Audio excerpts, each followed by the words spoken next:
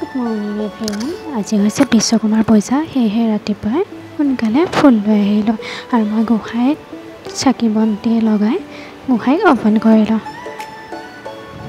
এয়া হৈছে আমাৰ পুৰণা ঘৰ।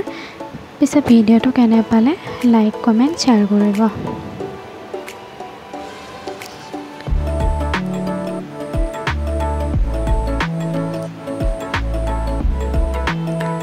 আৰু আমাৰ মায়ে পূজা কৰিছে গাড়ীখনত।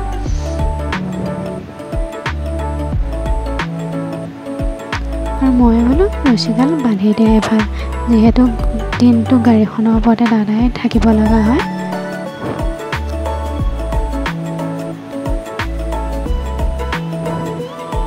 আপোনালোকৰ ফালে বা বিশ্বকৰ্মা পূজা কেনে গ'ল নিশ্চয় কমেণ্ট কৰি জনাব।